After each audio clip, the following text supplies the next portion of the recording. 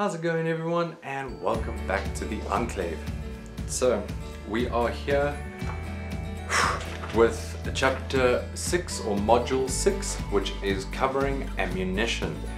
If you guys saw the last video, you will see that we have a new puppy here on the channel who is currently trying to chew my tripod.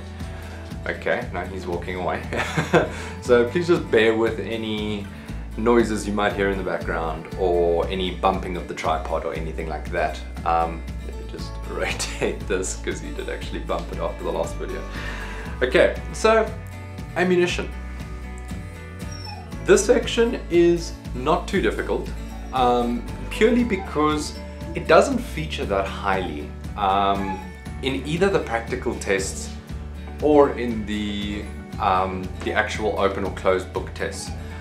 But it is still important, obviously, that you understand how to identify ammunition and how to basically just understanding of how ammunition works, which is where we get to the firing sequence, which we will get to shortly. But first, and pretty much only thing you're going to need to know is on page 53. So it is going to be this page which lists the components, and then at the bottom here it's got the firing sequence of a cartridge. This is pretty much all you need to know, is what is on this page, and obviously how to identify a cartridge. But I mean, that is quite simple.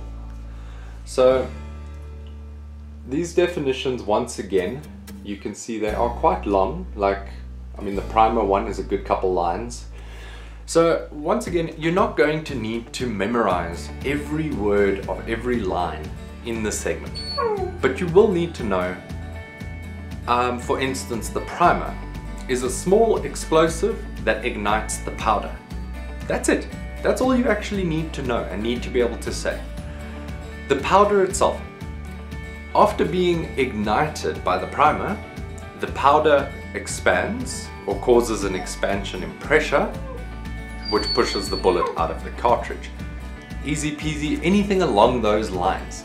Basically, you want to, when talking about the firing sequence, you want to make sure that the end of your first point, for instance, is sort of the start of your next point. So primer creates a flash, ignites the powder. After being ignited by the primer, the powder does this. After the powder does this, the bullet will leave and travel down the barrel. So that is pretty much how I would go about it. Just understand each point and how they lead to each other, and it's pretty simple. The question of firing sequence, the only way I have gotten that question, or I have seen that question, is in the context of if there was no powder in the cartridge, explain the firing sequence. So that is the exact question. If you can figure out in your mind how to answer that question with this book before you sit down, you'll be more prepared than I was the first time I saw that question. Because it seems easy, it seems like, okay, that's a simple thing to answer, but is it? Because you need to know what will happen to a bullet that has no powder in it. So yes, the primer will ignite, but it will not ignite the powder. Therefore, there will be no expansion of pressure, the bullet will not leave the casing, it will not travel down the barrel or cycle the action, which means that you will encounter a failure to fire, which means you need to immediate action draw, tap rack assess, etc., depending on the weapon you're using. And then you need to do follow-ups, etc., etc. So for that, just make sure you understand what would happen if you had no powder in a casing. Okay.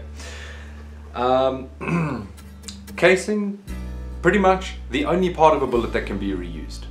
If you put that, you're good. It holds all the other pieces of the bullet, that's good. The bullet, the only part that travels towards the target or the only component that travels towards the target. Perfectly good answer. Once again, like I say, you don't need to memorize every word of every section here. You just need to understand the meaning behind what is being said in this book. So we also sort of went through the cartridge firing sequence here. And yeah, so squeezing the trigger on the firearm will cause the firing pin to strike the primer. The primer explodes, sending the flash or flame into the case. The flame ignites the powder burns, creating pressure behind the bullet. This pressure buildup will push the bullet down the barrel and out towards the target. So once again, like I say, you can basically bullet point that, no pun intended, or just do a little summary of that. You're not going to need to word for word explain that like they've written it here in the book. Okay, so let's get on to the final point here, which I did say we only needed the one page, but I actually did forget about the head stamps on the following page. So you will most likely get a question that goes as follows. How do you identify the caliber of a cartridge? So look at the head stamp. That's all you have to say. Look at the head stamp. You could probably, it's for 1 mark. You could just put head stamp. Because the head stamp refers to the information printed on the bottom of the cartridge used for identification of the cartridge. So that is pretty much all you're going to need to know. And then basically just how to actually identify a cartridge. Quite simple. Yeah, you don't need to know these common calibers. It's not going to be important for your tests or anything like that. It is just a cool thing to be able to see the different rounds next to each other. And then obviously we go on to hollow points here. And yeah, I mean, if you want, we can just do a quick thing on hollow points. For me personally, I believe that unless you're shooting at paper, you should always use hollow points. That is just my personal opinion. It is an opinion based on information that I've received from people who have been in physical life or death scenarios and had the available information to make comparisons. So, for example, my instructor used to work quite a lot with the police as part of a security firm, basically. And one day, the police car and his car basically rock up at the scene at the same time, and people get out of the car that they were basically following and trying to apprehend. So 2 people get out of the car and subsequently open fire. The guy who trained me was using hollow points. The police officer was using standard issue full metal jacket ammunition. The policeman was almost injured because the person was capable of firing rounds back. My instructor was according to him, he did not feel that he was in threat of danger, because by the time he'd drawn his firearm and fired his first shot, he could see that his target was finished. And he was dead. He had killed him in 1 shot.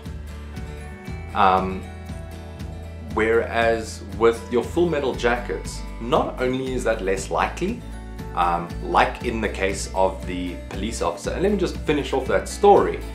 The police officer was then subsequently sued by that guy because he didn't die. So a criminal sued a police officer, won, and is now living off of our taxpayer money, just by the way, because he was not killed. So this may be an unpopular opinion, but it is my opinion. Rather have someone dead than injured. And it goes for anything. This is something a lot of you may not know. If you are injured in public transport, be it an aeroplane, be it a bus, be it a train, etc. If you are injured, the payout can be up to 6 times higher than if you are killed in that exact same accident. So bear that in mind as a private citizen. Unless you want to be paying for your criminal's medical care and he was the breadwinner of the family, because all of a sudden the stories come out and this oak was earning 30 grand a month that you've now got to pay for because they have a life they need to live. And actually this has happened to my in-laws, where after dealing with criminals, not in a violent manner, in a legal court manner, stories came up afterwards of how these squatters were educating people and feeding hundreds of people and doing all these things. And what happened? My in-laws were then basically forced to continue that lifestyle for a period of time, because according to the criminals, they had ended their career. But you stole a property, you squatted on a property, stole it, and then want to sue the people whose property it is because you've now lost your business that you technically stole. In that scenario, if someone hypothetically were to have walked in there with a gun and shot all of those people, they would have had their building back months sooner, and they would have not had to pay for the subsequent businesses that were supposedly destroyed in the process. So yeah, that is just basically a couple of anecdotes as to why you want to carry hollow point ammunition in your firearm. If it gets to the point that you have drawn your firearm and you are ready to pull that trigger, you don't want to play games. You don't want to have the bullet go right through the oak and then have him keep shooting at you. This happens often, guys. Hollow points also aren't perfect. You want good shot placement. You want to practice. If you hit someone in the shoulder up here with a hollow point, it's not gonna stop them if they're truly, truly dedicated. Whereas a hollow point to the chest, done. A hollow point to the head, done. A hollow point to pretty much anything center mass, be it the stomach, be it the kidneys, be it the liver, you're not going to be fighting anymore after that. And if you do, you're not going to be fighting well.